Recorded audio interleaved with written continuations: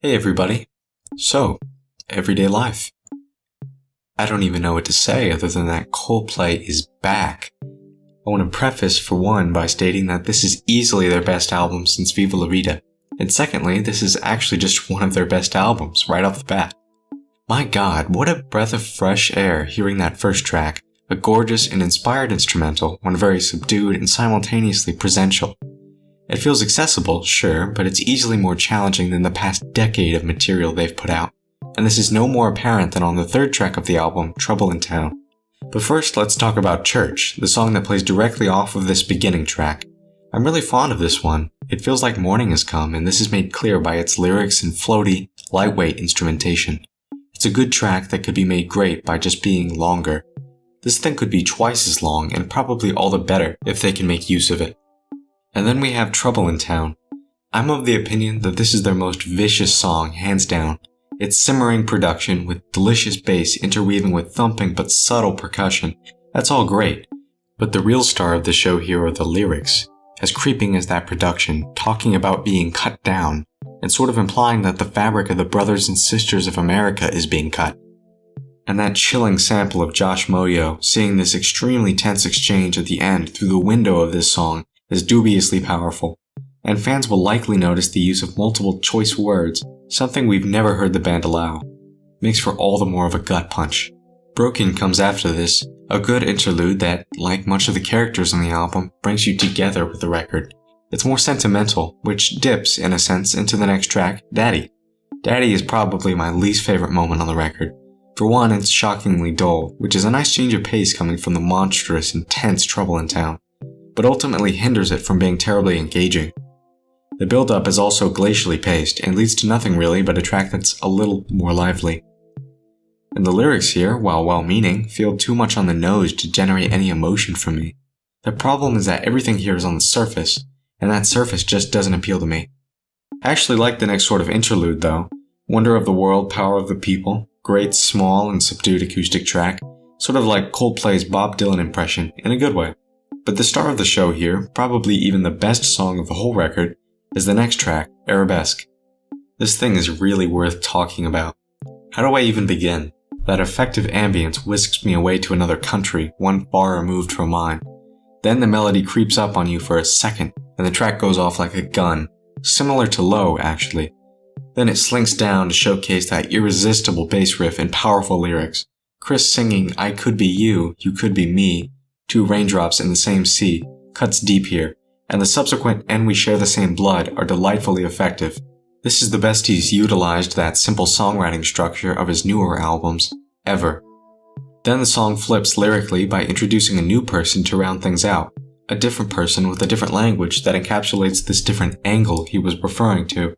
We hear a great groovy horn solo. Then the track knocks it out of the park with that double whammy of the music as a weapon sample and that blowout ending where the production seemingly implodes on itself.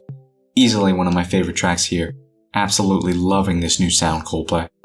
And then similar to earlier, we go back to zero, only to creep up again with the skeletal When I Need a Friend, a powerful and hard-hitting choral performance that seems to echo in my skull. Not terribly effective, as like many of the prior tracks, it seems to bounce around coming from Arabesque.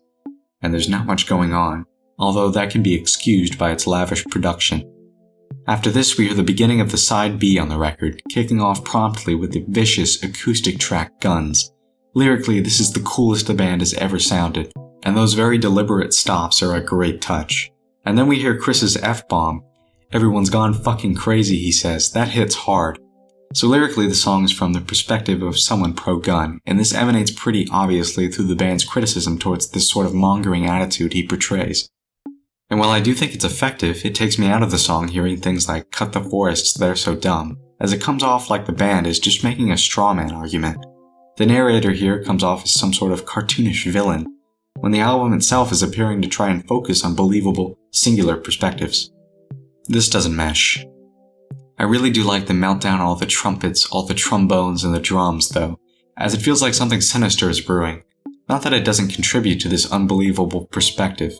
Something that helps it, though, is the Maybe I'm Crazy Too line that rounds the track out and makes the whole thing feel a little more nuanced. Despite my criticisms, it's still a hard-hitting track. And then we fall pretty hard with the Sickly Sweet Orphans, a song that's really quite catchy and has a memorable bass riff with great guitar flourishes and very boom boom clap drumming that I like, but also succumbs to a very platitudinous chorus and really appealed to the masses' songwriting structure. This song just feels like they had to throw another pop hit before they actually tried to write good music. This isn't fitting for the subject material at all either, and while a happier track can often work for darker themes, the track fumbles big time by making it such overproduced and underwritten grey porridge. It's like the band had trouble letting go after a head full of dreams, and that is not an album you want to hold on to.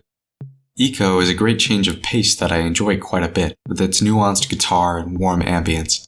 Its reference to riding in on a beam of light, which I take to mean an emphatic entrance, being welcomed by stray dogs and corrugate cathedrals, is a pretty impactful one. The line, "But there was no harvest," is a bit of a gut punch, contrasting well with its crooning delivery. The chorus is a bit vague for my tastes, although the appeal to a mother soothing her child is one that strikes empathy, so it's not ineffective. As we see here with the next track, Cry Cry Cry, the album is starting to go into sleep mode. Not an entirely bad thing, as some of these tracks, this one included, are the most intimate and subdued melodies they've written in a very long time, ones that have worked in any case. This, for instance, is a warm and intimate medley of Chris's falsetto, an addictive piano riff, and that great crackling which ties the song together in a haze of a warm sing-along. Then we have Old Friends, a track which I like, but one that doesn't really make use of its intimate atmosphere and acoustic guitar work. I do like the lyrical appeal to intimacy, with one of the band members' old friends, Tommy. It's again, a track I like, just not one of the standouts here. Then we have this interlude. I've read the name as Children of Adam, which starts as a somber and sort of disengaged piano riff that I'm not a huge fan of, but transitions extremely well to the ambience later in the track, peppered with very building guitar work. Then a poem is read calling for empathy for the suffering of others, saying what it means to be human. This is really good stuff here. The track leads effortlessly into Champion of the World, a climactic blowout song that feels mostly earned in the context of the album. I'm not a fan of the lyrics here, but the emotion is utterly and wholly genuine. Very underrated track that feels so climactic and powerful. That gorgeous chorus is utterly triumphant, similar, in fact, to the album as a comeback statement. The title track exudes a sort of quiet brilliance that merges very well with its dutiful and well-delivered verses, of the empathetic nature, that lead again, very well, into a climactic and well-meaning chorus. Those alleluias at the end round the track and really the whole record off wonderfully. To finalize my thoughts, this is a solid comeback that honestly and directly infatuates me. My biggest problem was again that they didn't go further with any of these concepts.